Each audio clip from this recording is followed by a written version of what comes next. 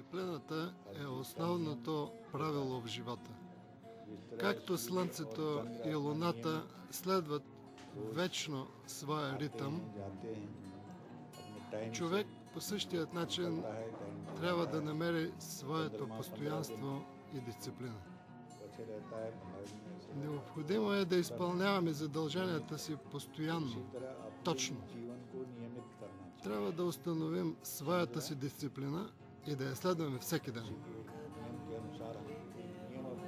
Най-важна от всичко е дисциплината.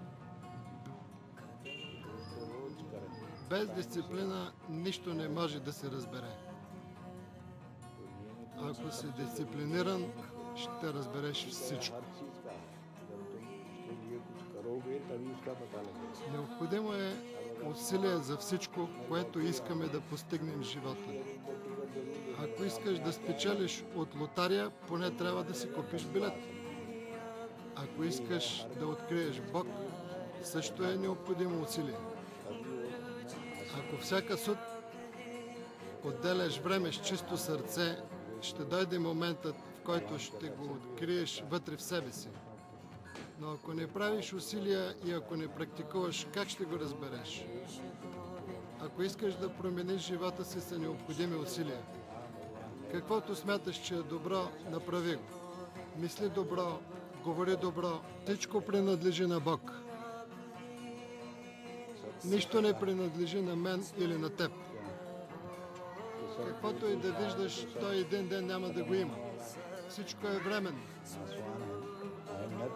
Аз съм нищо.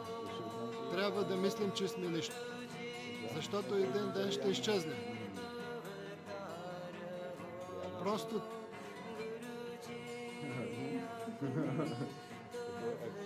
Просто трябва да играем ролята си тук и един ден ще си отидем.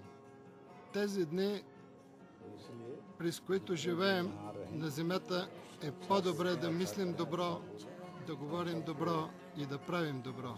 Най-великото е човечността. Всички религии са създадени от когато сме родени, ние нямаме религия. Истинската религия е да бъдеш истински човек.